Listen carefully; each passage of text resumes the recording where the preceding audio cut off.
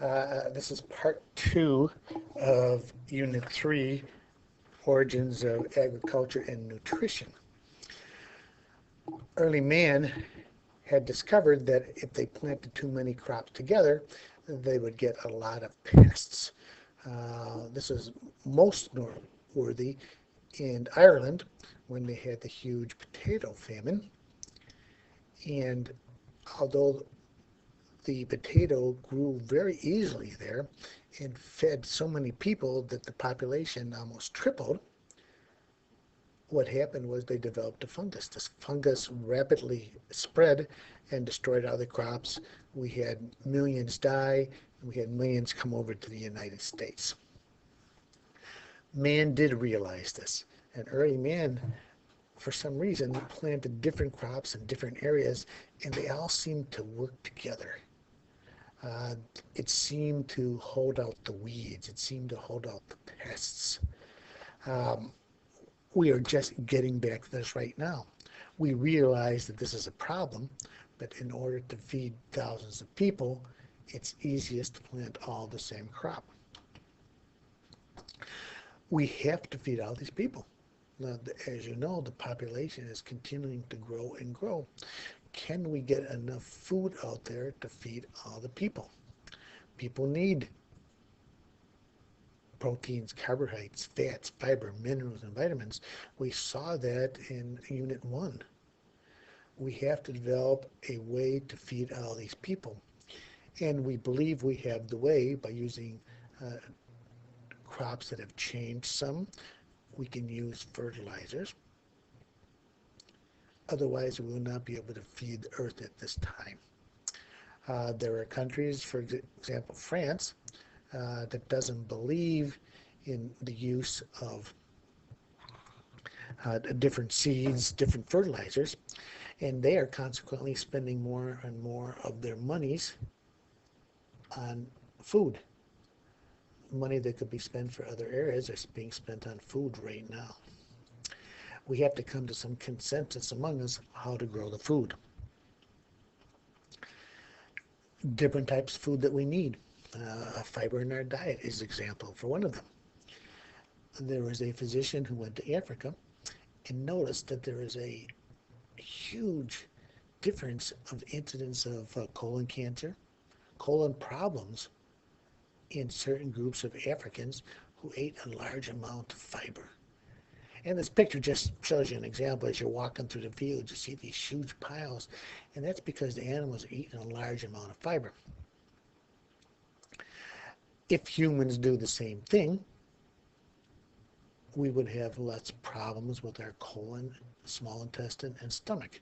However, we have to have 30 grams a day, uh, which is possibly 10 times as much as we have right now.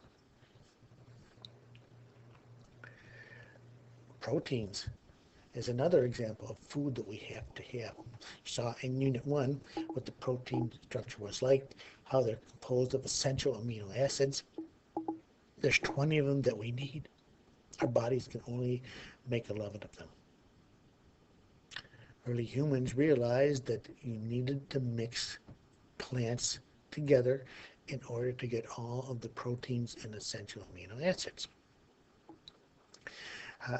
This picture shows an example of a disease called marasmus, in which people get low calories and low amounts of different vitamins and minerals also. Early humans realized that, well, beans, they might not have the essential amino acid methionine, but they have a lot of tryptophan and lysine. They realized if they mixed it with corn, they could get the methionine back. So different cultures defined how the food should be worked together. For example, now you see rice, beans, and corn all together in a meal. This solved the problem.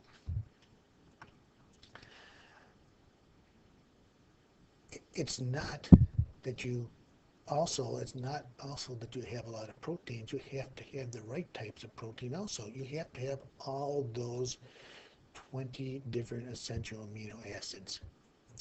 This picture taken in the late 1960s shows a child who's probably getting enough calories, but he's not getting enough proteins. You don't get enough proteins. In this case, the belly swells up, the legs and feet swell up, the hair starts to fall out, and your skin becomes very shiny.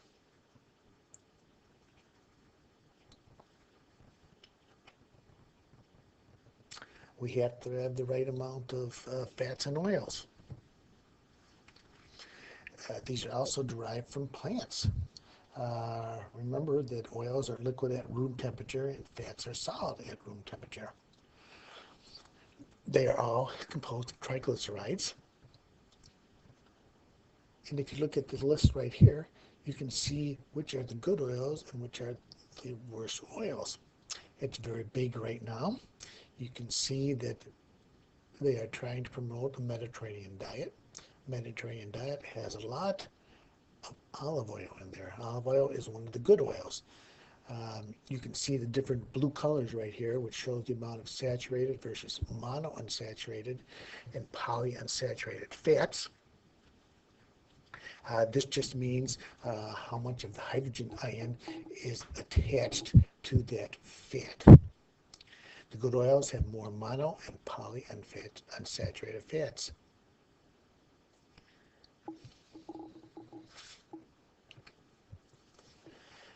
Another important factor that plants give us are vitamins. One of the first vitamins that was discovered was thiamine, or B1. This was discovered back by the Japanese because what they found out is that they had a fair amount of wars back then. In World War I, for example. They would have prison camps, and if you were a good soldier versus the prisoners, you got the better rice, and the better rice was the white rice. This white rice had the skin of it, or the bran part, was then polished off, so you had this nice looking white rice versus brown rice, or rice that had the bran or skin on it. What they didn't realize at the time, that as they did this, they took away a lot of vitamins. The most important one at this time was thiamine. In disease with the lack of thiamine, it's called beriberi. In the Japanese prison and war camps, it turned out that the prisoners did well. The officers suffered. The officers were losing weight. They had problems with their mind. They had pain and weakness in their limbs. They could barely walk after a while. They had swelling of the legs and arms. The heart was irregular. It wasn't into 1912 that someone looked into this and found that there was a chemical which he called vitamin that actually was essential for human life. Another vitamin that was there was called vitamin C. This was found on long trips, especially on sailing ships. At that time, it could take several months to travel from Europe to the Americas. It could take some time to travel from the eastern end of the Mediterranean to the western end of the Mediterranean. You had to have all the food with you. You had to have food that survived all this time besides water. Food could be kept by using salt. Salt was put on meats. Salt was put on other foods to preserve it over this long sailing trip. They would have bread, which they could preserve too. What they didn't have were fresh fruits. Fresh fruit had vitamin C in it.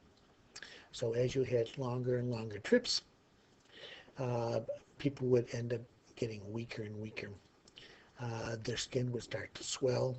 Their teeth would fall out. They'd start bleeding.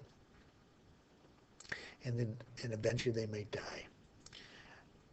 What happened was that the British then discovered that if they took fresh lemons and limes on their trips with them, they could have the sailors take several limes a day.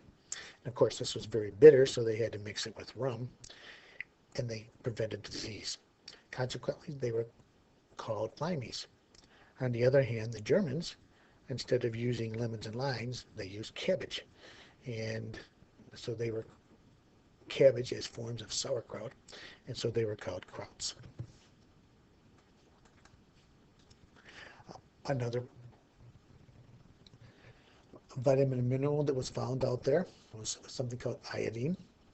And iodine was present in fish from the ocean.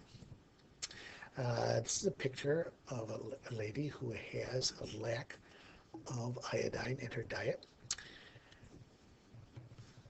And what happens is that iodine is essential for the thyroid gland to function. The thyroid gland needs iodine. If it senses there isn't enough iodine in the system, it continues to produce more and more of the thyroid hormone. This causes the thyroid to get bigger and bigger, and you see this picture of this woman right here, that this thyroid gland in her neck just grew and grew because she didn't have enough iodine, and the thyroid thought this and continued to produce. This was not found along the coast because the fish that were in the ocean were rich in iodine. But as you got into the interior of the continent, we saw more and more of this disease. This used to be endemic in Minnesota.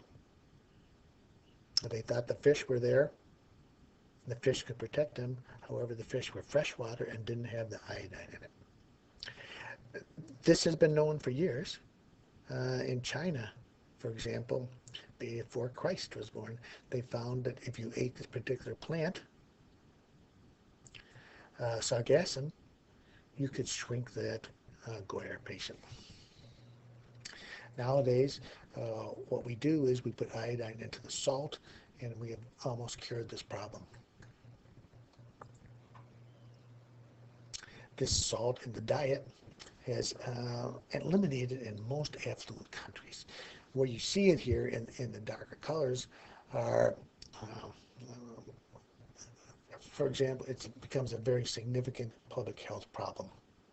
It's more prevalent, of course, in third world nations. There's other things that have it besides fish. You can find it in Jerusalem artichokes, which were native to North America. You can find it in spinach, potatoes. Vitamin A, another mineral and vitamin. It's found in many different plants, and here's a list here where it shows you where vitamin A is present. Now, we really think of it as being in carrots. And we know of it because of night blindness.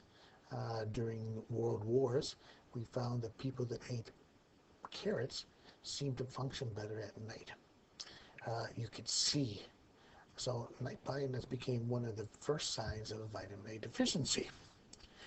What happens is you don't have enough vitamin A, your cornea becomes dry, which damages the retina and the cornea. It's a huge problem throughout the world. This map here shows you the prevalence of vitamin A deficiency, and it's huge in Africa and in India. There are thousands of people that go blind every year. What can we do? Well, we have found that we can genetically change rice, and we have come through with something called golden rice. Golden rice here, which is the one that is yellow, has been genetically modified to produce vitamin A in the rice. This solves the problem of vitamin A deficiency. So those thousands of people that will go blind every year do not need to go blind. However, because of the problems of genetic manipulation, this is not accepted throughout the world. Niacin, another of the vitamins, was characterized by bilateral dermatitis. You see this in people who have a largely cereal diet, such as maize or sorghum. We don't see it much anymore because people have realized that you need to mix your foods. Iron deficiency. This is one of our common nutritional deficiencies. We need iron for the transportation of oxygen in our system. We have a chemical called hemoglobin, which binds up with our oxygen and moves it around. Um, this binding occurs in the lung, and then the oxygen is transported throughout the blood system to the smallest blood vessels and then right to the cells. When the oxygen is given up, carbon dioxide is taken up and brought back to the lungs and given off. Our blood cells do not work right without oxygen.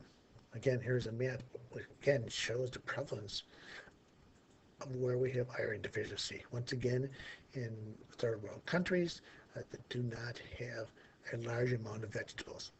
It's the dark green leafy vegetables that seem to have the most iron in them. Throughout this time, the United States government has come up with a lot of ideas of how we can get the best food into our systems. Not just meat and potatoes. We needed to add a combination of vegetables and fruits to us. This is an idea of how this started. It started back in 1916 with the idea of having food for young children. The government came up with this. As you can see over time, it has changed from the 50s, from the eat the basic 7 every day, to the food pyramid, where we had in 1992 we had bread on the very bottom and fats, oils, and sweets used sparingly at the very top. This has changed now. In 2005 we have something called My Pyramid, which gives us the steps to a healthier you. It shows us what we need, that we need a lot more fruits and vegetables in our systems. If we have more fruits and vegetables, we are healthier and we can live much longer.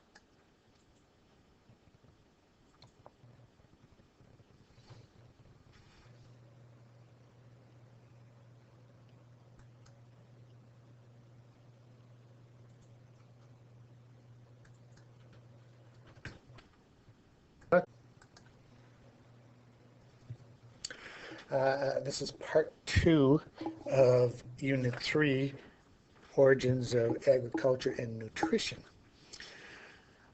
Early man had discovered that if they planted too many crops together, they would get a lot of pests. This is most normal. We had millions die, and we had millions come over to the United States. Man did realize this, and early man, for some reason, planted different crops in different areas, and they all seemed to work together. It seemed to hold out the weeds. It seemed to hold out the pests. In Ireland, when they had the huge potato famine, and although the potato grew very easily there and fed so many people that the population almost tripled, what happened was they developed a fungus. This fungus rapidly spread and destroyed all the crops of the people. People need